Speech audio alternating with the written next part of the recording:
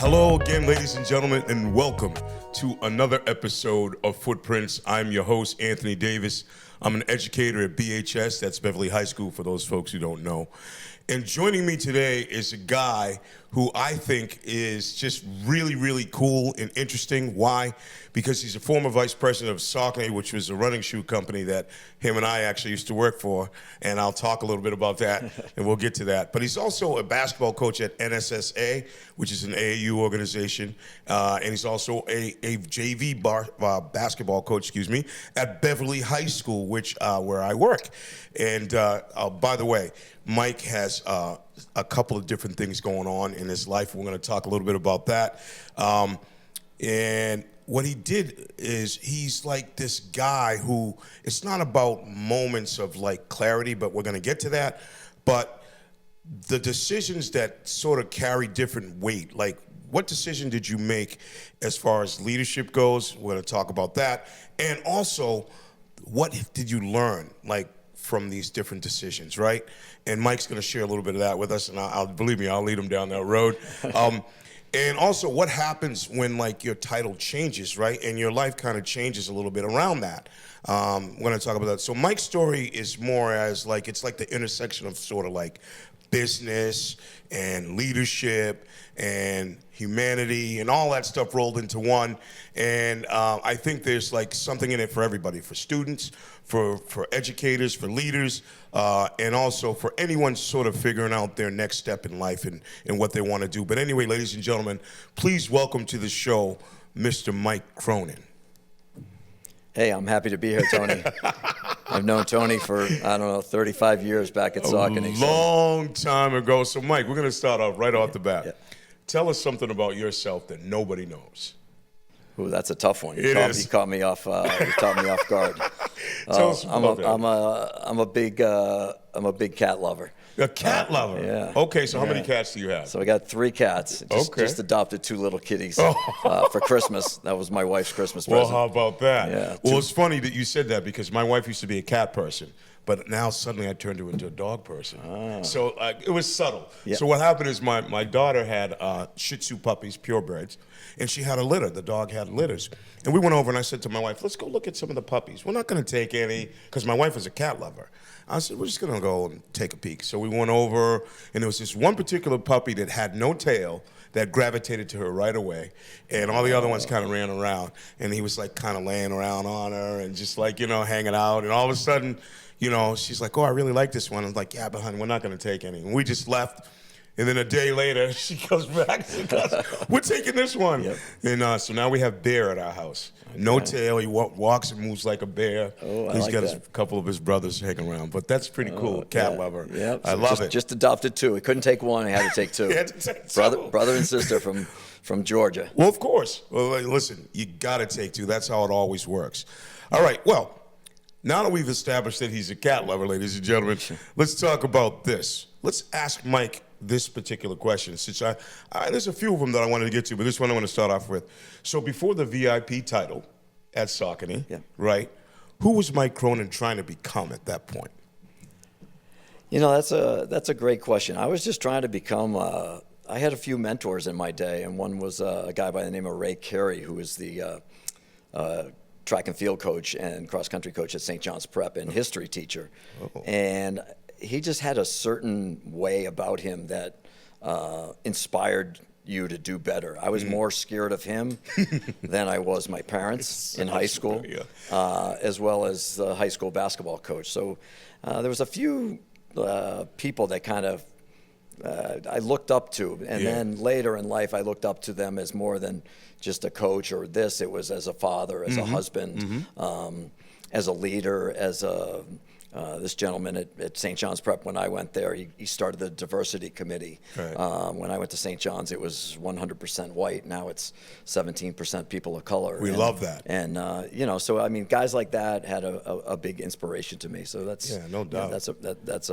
That's a person, and it kind of led me down the path that I'm end up going on here on the back nine. No doubt. So let's talk a little bit about that. All right, let's talk a little bit about family and your wife. You've been married how long? So I've been married 23 years. I got a late start in life. That's okay. So I did a few fun things, and Yes, indeed. I was working for. Well, I don't want to say my age, but back in the late '80s, I was working for Nike, and I got to go to a lot of Super Bowl parties, Yes, Super indeed. Bowls, the Masters, Final Fours. Oh yeah. So I had some pretty good parties and some pretty good private stories. Nice. So let's connect the dots a little bit. So you were at Saucony as a vice president, but before that, you said Nike. I think did you work at ASICS? I was at Nike. I was at New Balance. New Balance. Then I went to Saucony. Then I went to ASICS, and then I finished my athletic career right at COVID with Mizuno. Oh, okay, yeah, Mizuno. That's a running shoe company and as running well. shoe company. Yeah. So now tell us, you set a record, I believe, in a race. Correct. What was that race? Tell us about It was the Magnolia Road Race over in Magnolia, and I ran. I think I set the course record 3 or 4 times. Each time there was a $500 bonus, so I never wanted to go too far. Meaning I wanted to come back the next year and break it. So course. I wasn't stupid. You didn't want to lay it all out there. So I did it like 4 years in a row, and I ran 23:31 for 5 miles, which is love it. Pretty quick. Yeah, that's impressive. I couldn't run around the block without looking for oxygen. Believe me. Oh my goodness, that is impressive. So growing up, what did success really kind of look like to you as you were coming up? You mentioned you had some mentors and things like that. For me, I was lucky. I got into running, and I was just a better. Actually, my first love was basketball. At the end of the day, I wasn't as good as I was an average high school basketball player, which is there's nothing wrong with that. Nothing wrong with that. And I played at St. John's Prep, and it was fun. But I got into running, and I was just much better at running competitively wise. Yeah. And I finished 10th in the state meet literally had never run before. In less than 8 weeks of running across country in November, I'm placing and medaling, and now all of a sudden I've got some colleges knocking on my door, and a few things opened up. So Nice. And later I became a Division II All-American, and then I graduated with a degree in accounting, but I worked for an accounting firm, an accounting company in the accounting department at Ogden Food Service out by the airport. Oh, okay. And after the third day, I just quit. I drove through the tunnel. I went back to West Newton, and I was running with my boys that were all better than me. And we were living with 10 guys in a place in West Newton, and our rent was $790. Check that out. So $79 a month. And so I started working with my first love for Nike. People always say, how did you get into the footwear business? Yeah. I started working for Nike for $3.35 an hour. Wow. Selling running shoes. That's crazy. So that's how I got into the running shoe business. How about that? So I was making about $120 a week. One of our guys was a great cook. We threw $20 into the coffee can, and we'd cook up some good meals and drink a few Budweisers and run it off the next morning. Awesome. I'll tell you, I don't have anything good as that. That's a wonderful story. I'll tell you. But the point of the story really is for those people out there that are listening, or you got to follow your love. I was following my love, and I wanted to be a better runner, and I was pretty good at the time. But I was the worst one in my house. 2 of the guys were on the Olympic team. So I inspired to challenge myself, and at that point in life, money wasn't an issue. I had a scholarship to school, so I had no debts. And at that point, again, I'm not making much, but I'm not spending much. So it's all the, what are your expenses versus your revenue? Exactly. You make a lot more money, but if you start buying a lot of stuff, then you might be upside down. Yeah. I had enough money. Yeah, I was fine. you were good. And huh? I was running hard and getting better and living the dream. Nice. So think about this, ladies and gentlemen. Humble beginnings for Mike. Here he is, hanging out, working for Nike with a bunch of guys, running, doing his thing, following his passion, which is really important. And this is why we talk about the footprints that people leave on us, because he talked about some mentors that he had earlier in life that kind of steered him to where he is today, which is really nice. Ladies and gentlemen, if you like our content, please subscribe to BevCam, where we film. And don't forget, also, we are on Apple Podcasts as well as Spotify, all right? What part of your younger self, Mike, would you say you're most grateful that you didn't lose along the way? Probably the drive to get better, to not be afraid of challenges, not be afraid to take on a bigger fish or take on a bigger challenge. I think one of the cool things about running is you line up and you race, and it doesn't matter what division you are, Division 1 or 2 or 3, and then when you start running, semi-professionally or professionally, you're just lining up, and everybody's got the same chance. Right. I mean, literally. So it's not like coaching basketball where, hey, I got to go with this matchup or I got to go here. It's boom, hey, we're lining up at a line. We're either running 5 miles or 25 miles or a marathon, right. And it's from point A to point B. So I really enjoyed that aspect of being competitive in the drive. And later that, the guy we worked for, the guy at Saucony, John Fisher, he was a character. He'd say I'd come up with a big order in the morning, and he'd take me to lunch. We'd come back, and he said, "What have you done for me this afternoon?" That's right. So what have you done for me lately? Huh?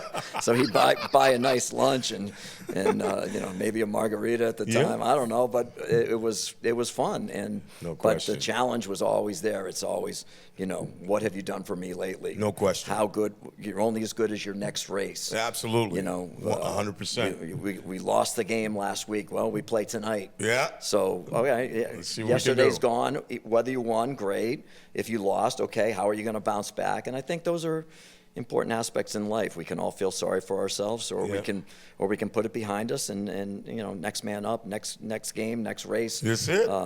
Next challenge.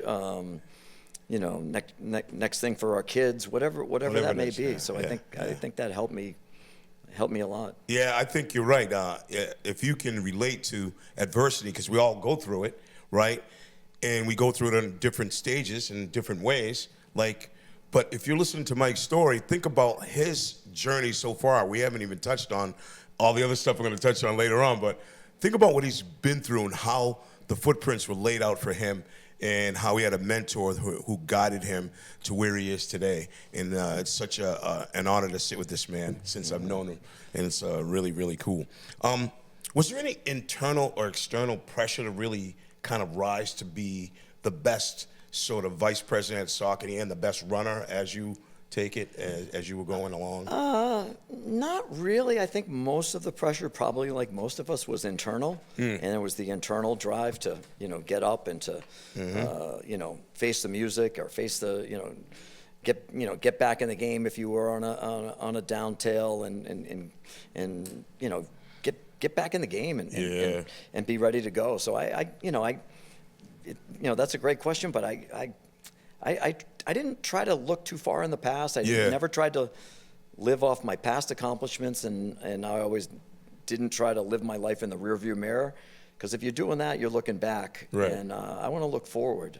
Right now I still got a lot of games to go, or a lot of journeys to go, and you live off the past and you learn from the past, but I think some of the things I learned through sports and stuff it wasn't so much the victories, it was the defeats. I remember the defeats more than I remember some of my wins. Yeah, I do too. And I had a bad sophomore year in college, and I was not really training as hard as I should have, and I got humbled. Yeah. And that set me right back on the path that summer where I was back running 100 miles a week and stopped going out late and doing some stuff, and then I made All-American again my junior year. But the best thing that happened to me was my sophomore year, and I look back on sophomore year, not only was I not really a good student, I was kind of a knucklehead, and I was kind of doing a few things that I'm not necessarily proud of, and it got me back on the hey, what are we doing here?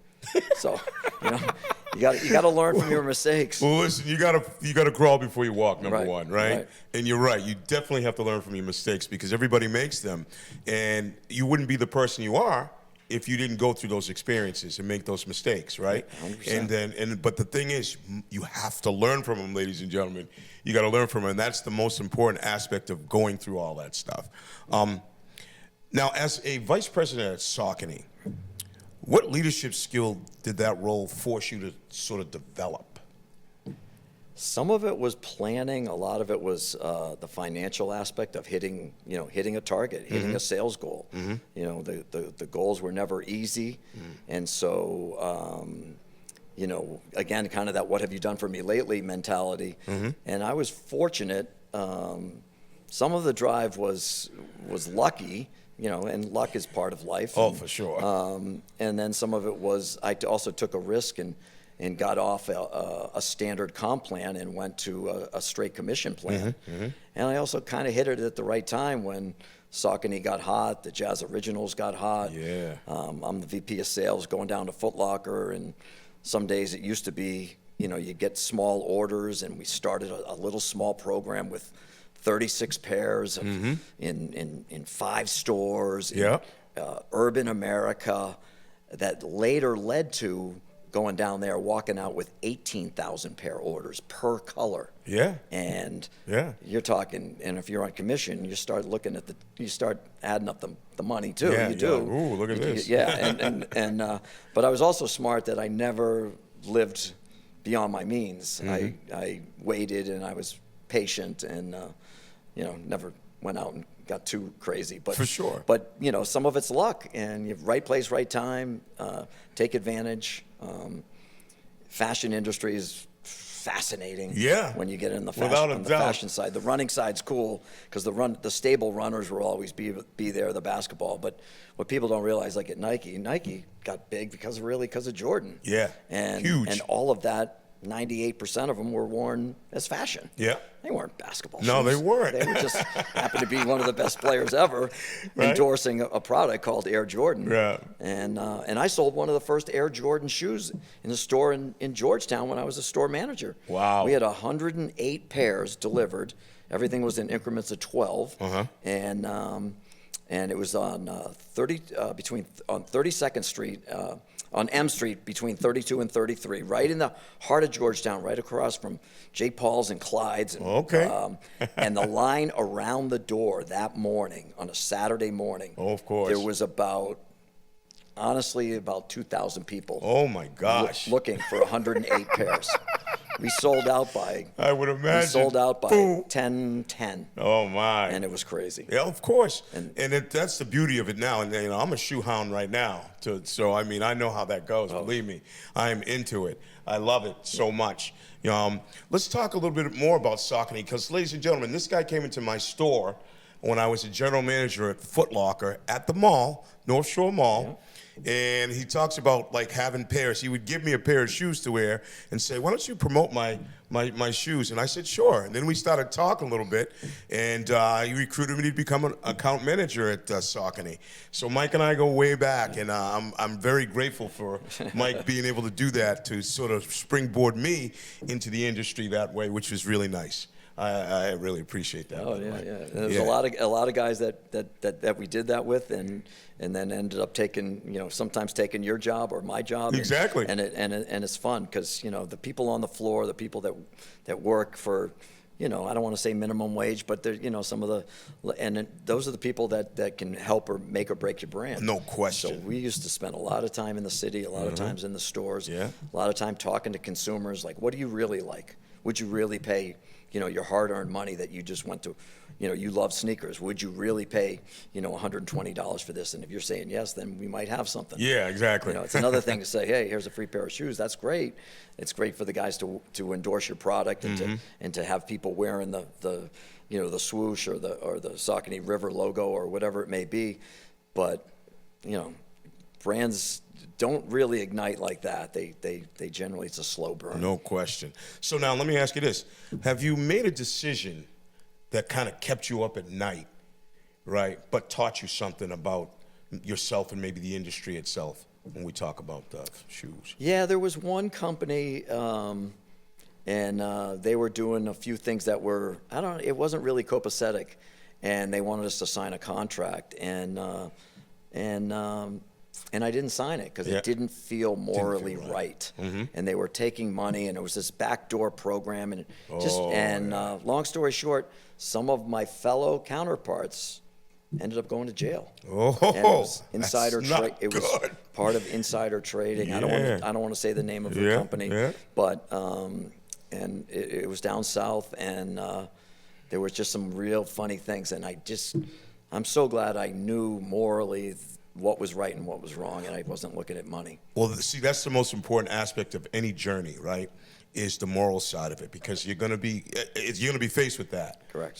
There's something that's going to happen at some point where you're like, wait a minute, my morals say I need to do this, but man, that looks so good. Oh, yeah. I want to take a bite over there, right? But it's a good thing that you held fast to that, right? Yep. Because here we are talking about it, Yep. and now we don't have to worry Yeah. anything about, thinking about, hey, listen, that was not the right decision to make, Right. or the good Yeah, one, and then I might not have had another 20 years, after that with some other, very good companies, and Right. and also was able to take my skill set to ASICS and to Mizuno and some other companies that were fun companies. I mean, probably the highlight for me was probably Saucony being the VP, but sometimes again those days at Nike, I went to 5 Olympic Games. I went to Seoul, Korea when I was 23 years old. You imagine going to Korea and being on an expense account for 8 weeks, and then later with Saucony going to the Sydney Olympics and entertaining clients at the W Hotel right across from the Opera House. I mean, it was crazy. I mean, I got some good stories. But, and in between Barcelona and LA, so between LA. Can you share one of those with us, and you can clean it up if you need to? I just remember one night a couple customers didn't want to go out, and so I went out, and that was the night of the. I don't remember which event, but I believe it was I'm using my track background, so I'm going to say 4x400, but I think it was 4x100 medley relay USA against Australia. Okay. With with Torpedo and Michael Phelps. Oh yeah. And Australia and USA, and I was wearing my USA shirt, and again there I am, and I end up meeting a young lady that was sitting next to me that was from Australia, and they won. They beat us, but we became friends for a few nights, so that was fun too. That's cool. So how about that though? Yeah. Right here you are, and think about the footprints we're talking about, ladies and gentlemen. With this gentleman here sitting next to me, Mike. I mean, it started with his passion of sports and running. It started with his passion of basketball, and then he said he was an average basketball player, and then he started running. And then he took that love of running into the footwear industry, and with that, it was like a springboard into his vice presidency at Saucony.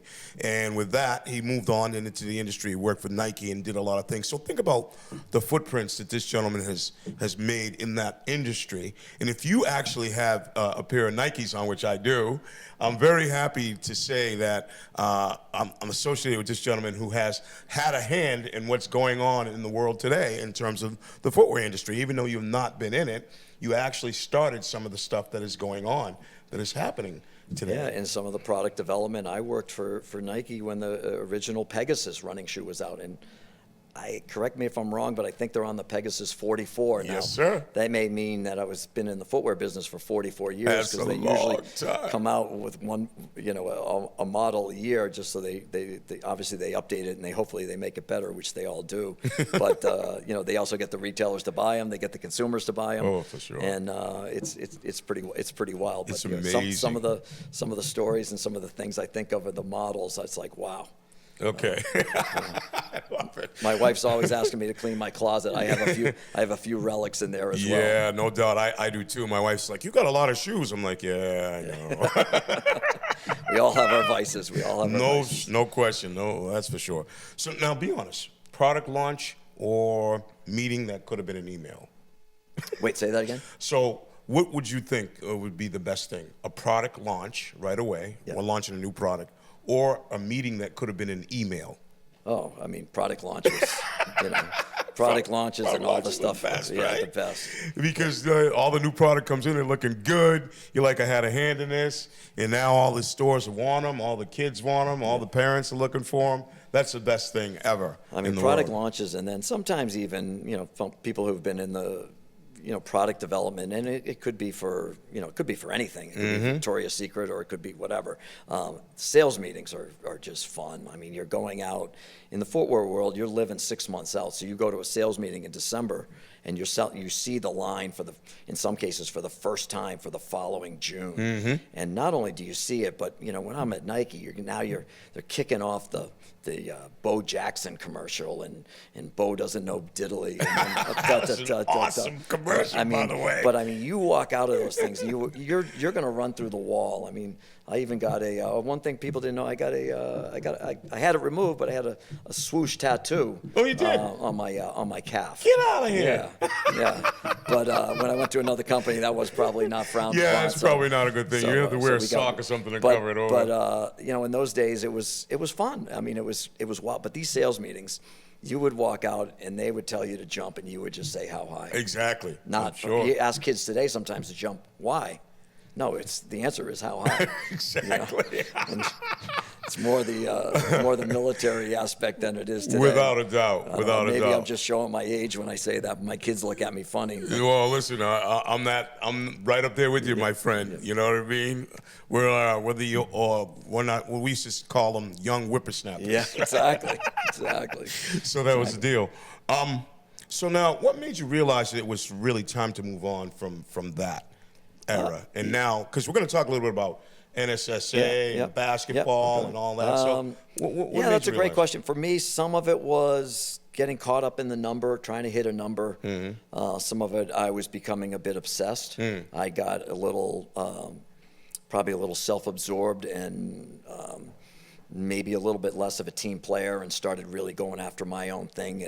Not anything wrong or anything illegal, but just sometimes it was a little more just self-absorbed and just going after it. And I would almost do anything to get it. I'd figure out how to get free inventory, meaning it was available to sell, but it could have gone to a different group or sales group. Somehow I knew how to work the system. I knew how to work the magic of the I even forget what they call it, AppCon at the time, and I would get the available to sell products to hit a number it just started getting, I don't know, it just started getting old to me. And then kind of coming up on COVID, the same type of thing was going, and I didn't like it. And then some of the stuff, to be perfectly honest, with the high profiled companies, some of the extracurricular activities, some of the late nights out, some of the it was more of a male industry, some of the guys be guys type of stuff, and honestly, probably too much information. But 8 years sober. Well, good for you. That's exciting. Gave up alcohol just before COVID, and but I was heading down a bad path, and I didn't really like the way I was feeling. So I just kind of said, luckily I had a few nickels and put away, and said, I think it's time to reset. You know what? It takes a lot of courage for a guy to come out and say that, because it's important to recognize everybody's got skeletons and everybody's got demons, right? And that happens. But to recognize it and confront it and be able to deal with it, that, my friend, is a lot of strength right there. Yeah, no, I'm telling you, that right there is awesome. So that was hard, and then that kind of led me into what's happening. I applaud you for that, my friend. I really do. You. No, I do. That's tough to do. It really is. I mean, a lot of people can't handle it, but you were able to do that, and man, my hat's off to you, my friend. Oh, thank you. Ladies and gentlemen, if you like our content, once again, don't forget, please subscribe to BevCam, also Apple Podcasts. We're on Spotify. And listen, if you want to come tell us your story, go to www.footprintsimpact.com, fill out the guest form, and then come sit and tell us your story. We'll be happy to hear it. Love it. Now, who has left the biggest footprint on you, and why? Biggest footprint was probably my college cross-country coach. He took some chances on some training with me and did a few things that really I admired. I was running very well my junior year at Assumption College, and that was D2, and I qualified for the National Catholic Meet, which was at Notre Dame University. Okay. And he ended up funding a trip for me to go because the athletic department and the athletic director said the basketball team, and they were ranked nationally in D2. They were very good, very good when I was there. that the basketball team did not play outside of New England. Okay. So Mike Cronin couldn't go to the meet. Oh. So this gentleman and he booked a ticket with his own money, never told the school, and we went out to South Bend, Indiana, and I ran in the National Catholic meet. So how about that? Talk about a footprint. Yeah, so that's a footprint. This guy and ultimately got fired. Not so much because of me, but what he did, yeah, was admirable, and to me was way above the cause. But he was like, Mike qualified as an individual. He should be able to go run with the big boys from Providence, who had all Americans from Ireland, this guy John Tracy and Brendan Quinn, and all these guys. I remember one race. I'm 18 years old, and John Tracy had just won the silver medal in the '84 Olympics. Yeah, and I'm racing against him. Racing against him. Yeah. How about that? So that's pretty cool. I mean, think about that. That is really cool. I mean, it's pretty. Really cool. Now he's 26. I'm 18, so it's like kick my ass. But the thing is, there's the experience of doing that, and then someone having that footprint, leaving that impression on you to be able to give you something, a gift that you'll remember forever. Correct. Right? And that's the beautiful part of footprints, ladies and gentlemen. This is why I always say, please come tell us your story, because everybody has one. Everybody has a mentor. Everybody has somebody that has influenced them to be the person that they are. And I really love it. And I know, and I even thought one time, I don't want to use the gentleman's name, and I'm not looking for recognition, but when I was doing all this traveling and all this stuff in sales, I mean, I had 1 million frequent flyer miles. I was gold medallion this and X that, and I was able to contribute for a family to go to the Olympics, that could go to the nationals down in North Carolina. All I did was give away 50,000 frequent flyer miles to this young runner from Gloucester and his mom, and they were able to go and compete, and the gentleman did very, very well. And because something like that, I remembered that this guy doing that for me. Right. Again, so you paid it forward that way. And it didn't cost me a nickel. It was the right thing to do. Of course. Of course. But if you've had other people reach out for you, later it's time for you to give back. I think that's what makes. Well, what's interesting about that, what you just said, is that's what this podcast is based off of. So 2 years ago, I was a leadership teacher at BHS, Beverly High School, ladies and gentlemen, and I gave them an assignment. You ever see the movie Pay It Forward with Haley Joel Osment? I have so not. It's a 25-year-old movie. You should watch it. So I'm going to give you the concept. Right. The concept is Kevin Spacey is a 7th grade social studies teacher, and he challenges his class to change the world. So Haley Joel Osment is the character. His name is Trevor. He's like the star of the show. I don't know if you've ever seen the movie I See Dead People. He's that kid. And his mom is Helen Hunt. But anyway, long story short, Kevin Spacey challenges his class to change the world, and he takes that literally and says, I'm going to do 3 random acts of kindness for 3 people who can do nothing for me, and it's going to grow exponentially, and they're going to do it for 3 other people, and so on and so on and so on, right? Yeah. And so what ends up happening is he doesn't think it works, but it ends up growing crazy, so much so that a reporter from another state runs it down and says, where'd this come from? I got to find the source of this. So anyway, something dramatic happens toward the end of the movie. I won't tell you what.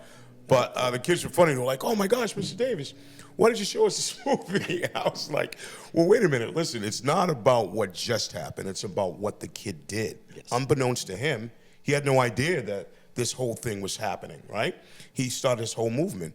So anyway, after the movie was over, I told the kids, I said, now your job is to write me a 1 or 2 paragraph essay of how you would pay it forward to someone who could do nothing for you.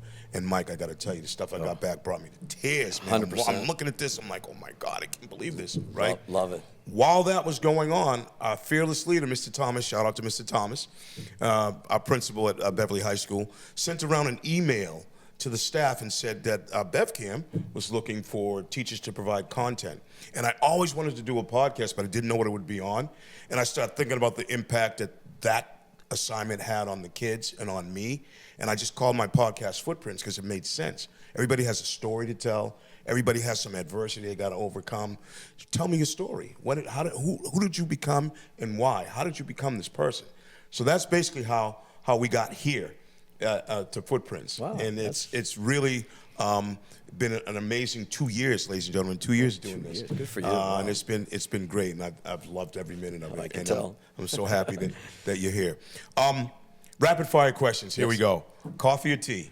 Tea. Ah, I'm a tea man as well. That's there it. we I go, like tea, that. yeah. I gave up like coffee. that. I'm boring. I gave up alcohol and coffee. It's like, Right. I love it. I'm not a coffee guy at all. Sneakers or dress shoes? oh, sneakers. Definitely sneakers. We know that. Oh, yeah. So what's one lesson you've learned the hard way? I'm gonna have to get back to you on that one. Think I about got that a one for lot of minute. them, so I got- Think about that one for a minute. We'll yeah. move on to the next question then. How about one habit that quietly changed your projective or your perspective of your career? One habit. I would always get up at the same time. Yeah, me too. And most of the time, it's not by the alarm. It would just be, and in theory, it would usually work backwards. So I would get up at 6 a.m., which you know some people get up a lot earlier, and good for them. 6 is still, in my view, pretty early. But what it really did was taught me I still need 8.5, 9 hours of sleep. Yeah. What it did on the back end was, if you're going to get up at 6 and you need 8.5 or 9 hours, you got to get your butt in bed by 9 o'clock. Yeah, no doubt. So then I'm not watching, I don't know, Cheers or you know, some silly movie at 10:30 or what Yeah. I'm watching my kids doing when I'm getting up to No doubt. pee in the middle of the night and they're watching some binge show on their thing at 1:30 in the morning, 1:30 and you know, it's, Yeah. you know, and they're still awake. No doubt, So, no doubt. Speaking of kids, ladies and gentlemen, in case you didn't know, I did have his son on, Patrick Cronin. You should probably check out all the episodes of Footprints. And Patrick is an author, and he wrote a book called The Happiness Continuum, which I really love. It's on Amazon, so go pick it up if you haven't picked it up already. I believe Mike mentioned that he sold about 600 copies or so, but we need to sell more.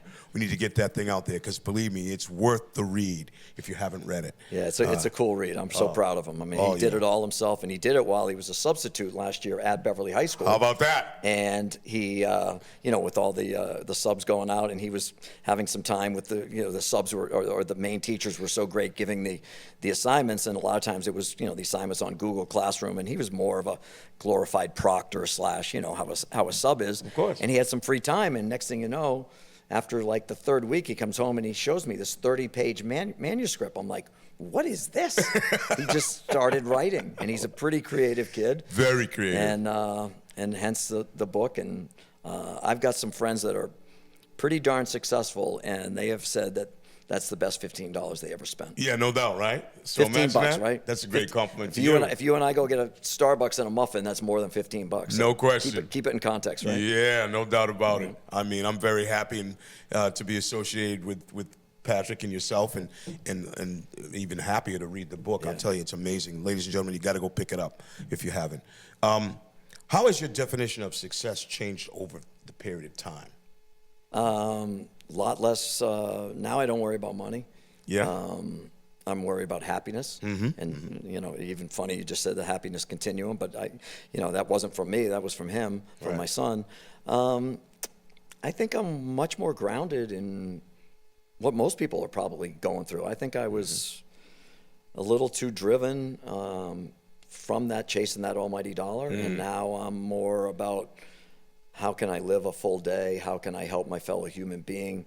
I call it I'm not deeply religious. I grew up as a Catholic and an altar boy and all that stuff. So I just probably overdid it. But I call it the mirror test. And I literally, every night while I'm brushing my teeth, I look in the mirror and I say, what do you see? Yes, sir. Was I a good person today? Was I kind?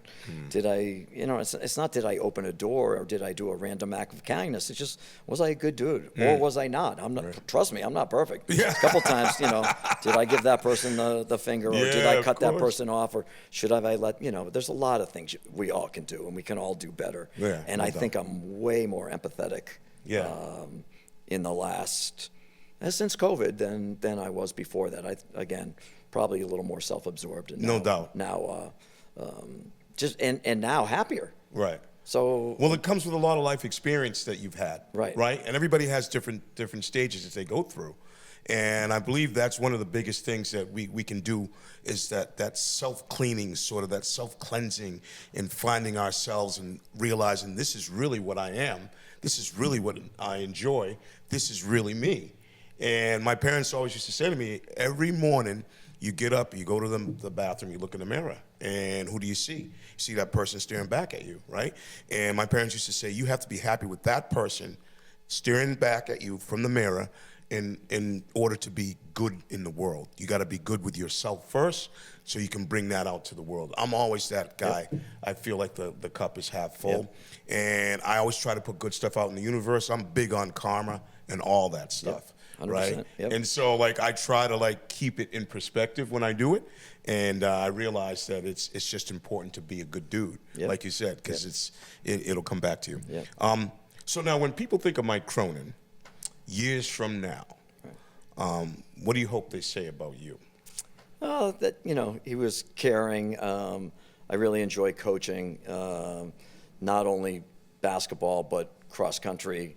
I started a middle school cross country team mm-hmm. in an independent program this past spring for middle school because tell me about that. That's in Manchester. Manchester Essex did not have a spring track team, and we were very good in cross country. We mm-hmm. were second in the state in 2024. So I selfishly wanted to keep it going for the kids. Yeah. Not so much for me. I mean, yes, it's great to help, but I got to be honest.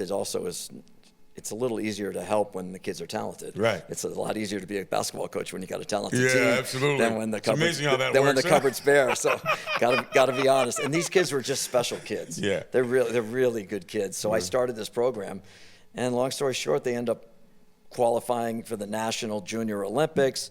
We fly down to Savannah, Georgia this summer. Mm-hmm. The girls placed in the 4x800 relay, which each girl runs 800 meters. How about that? And when I say Savannah, Georgia in July, trust me, it's 106. And, it's brutal. Yeah, I bet. And, but we had a great time, and the kids did wonderful. They kept going. And then this past fall, we do have a school program that I'm the head coach of the cross-country team. And I think all the experience that some of these young girls established over the summer and some of these other track races against some really good kids, mm-hmm.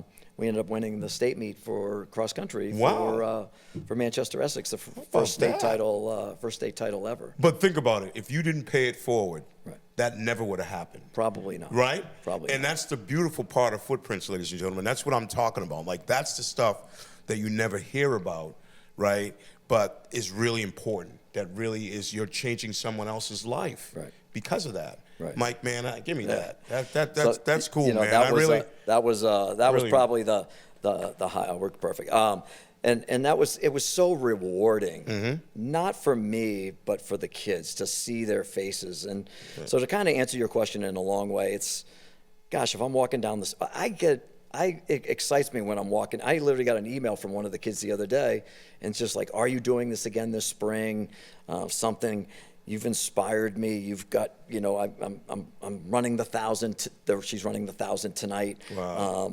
I think I'm going to set another PR, personal record. Yeah. And so I'm going to come home tonight after our basketball game against good old Gloucester. Good old Gloucester, yes, Beverly indeed. Against Gloucester, and I'll look at the result, and I'll see how my I don't want to use her name, but it's and it's all of them. Yeah. It's like but so walking down the street when it's, hey coach, or it's kind of cool to. How amazing is that? Because if you're not a good coach, or say you're not a good person, they're going to duck. They're going to hide. They're not going to look. Yeah, they're not going to say, hey, Tony, hey, Coach Davis, hey, Cronin. When they see you and you get these messages. I had one for basketball the other day. Literally, it was a thanks, and the kid was named as one of the players of the week in the Boston Globe. Yeah. We worked with them last spring and this fall. And what we did was add a little bit to a very talented kid. Right. We added 1% maybe, whatever it is. But that 1% was important, though. Correct. Because if he didn't get it, he probably wouldn't have made the paper. Correct. And that's the beautiful part of Footprints, ladies and gentlemen. That's what I love about it is you're pouring into others to help them become the best version of themselves. right? And I think that as you're doing that, you're also, there's a sense of pride in it's making you become the best version of yourself while you're giving to them. Correct. Which I really love. Yeah. I really love that. Yeah, I mean, and so a lot of these times when these things are coming up, I'm not doing it. It's not work. It's Right. fun. Yeah. I mean, it's not even a hobby. To me, it's just fun and it's inspiring, and you're trying to help someone achieve a goal. No different than, trying to get someone to read a book, or what all the educators do and what you do at Beverly High School and many others. But it's it's just cool to see, to set a goal, accomplish the goal, maybe blow away the goal. Yeah. And then maybe it takes you to, hey, what's next? I can set a new goal Exactly. the next year. And next thing you know, it's not about getting a college scholarship. I mean, I think some of these folks and all this stuff, that's a grandiose. Yeah. I mean, it's nice to have that goal, but it's not the end goal. Right. Right? Right. And because, not every kid is going to go to college, not every kid is going to want to do that, right? But it's nice to have that as an option. Correct. Which is cool. And it's also nice to be able to guide them to that option, Yep. right? And give them a little helping hand. Yeah. Now, check this out. I was thinking about this question a lot. If you could have dinner with anybody, dead or alive, sports figure, movie star, anybody at all, parents, whatever, whoever it is, who would it be and why? I honestly think right now it would be Michael Jordan. I still do. BMJ? He's just the way he changed basketball in the landscape late is 70s, different, yeah. early 80s. Yeah. And just watching how he was such an entrepreneur and the things that he did coming from the background that he came from. And then me working at Nike, I was actually in the foursome behind him at a sales meeting. Oh, that's cool. And just watching him up above, and I didn't hit it far enough to hit into him on a par 3. So it was, just to kind of, I just thought the guy was kind of walked on water, and Yeah. he's done some things that he's probably not so proud of himself. Like we were saying earlier, none of us are perfect. Yeah. But But to be part of that growing company and seeing how it exploded and you had a hand in that, Yeah. that has to be a sense of pride for you right there, which I'm sure you're. Oh you're yeah, like, just you're beaming thinking with. of his story and selling one of his first shoes. To me, Yeah. there's just kind of some weird little things. I mean, you could pick other people, but some of those other people I would have never known. I mean, I would have never. Wouldn't have any context per se Right. with them, where the athletic industry or being a basketball player, or his story of him being cut from the varsity team as a sophomore. The misconception is that he was cut, period. He still played JV. He still played he's JV, still a pretty good player. And, Yeah. and I tell all the kids, I'm the JV coach. There's nothing wrong with the JV No, team. nothing at all. Have a freshman or a sophomore That's or right. even a junior on JV. Hey, you're a pretty darn good you're one of the best 20 players at Beverly. Exactly. Or Salem or Wherever it is, Gloucester yeah, tonight. yeah, that's right. So that, whatever the journey is, it's not everybody is going to be starting as a freshman. Yeah. So and I was the same way at St. John's. I was on the freshman team as a freshman, sophomore, JV, Yep. junior, it's you got to pay your dues sometimes. Yes, you and do. there's only so many guys that are going to be starting as a Patrick Cronin at St. John's. Yeah, no doubt. And now still playing, professionally. Unbelievable. He was So- a freak athlete. Yeah, in 2 sports, not just. I know, baseball as well. Baseball, he was drafted higher in a number than he was the number in basketball. Wow, and it's amazing. And so I don't know. It's just kind of cool. It is. And this conversation has been wonderful, ladies and gentlemen, and I'm so happy to have Mike here. Mike, this was so powerful. Your story really kind of reminds us of that titles don't really matter, and they don't really define or impact who you are and who you become. I want to really honestly thank you for being here. It's been wonderful. Ladies and gentlemen, don't forget to subscribe to BevCam. Don't forget to check us out on Apple Podcasts. And also, don't forget, we're also on Spotify. And if you want to be a guest on the show, please go to www.footprintsimpact.com. Fill out the guest form. Come sit with us. Check out my guest next week. It'll be a senior graduating from BHS. Talk about his journey and where he's going and where he's headed. But this has been such fun. And I always leave you, ladies and gentlemen, with this question. I always ask it. And I always say, who left a footprint on you? I'll check you out next time. See you later. Bye-bye.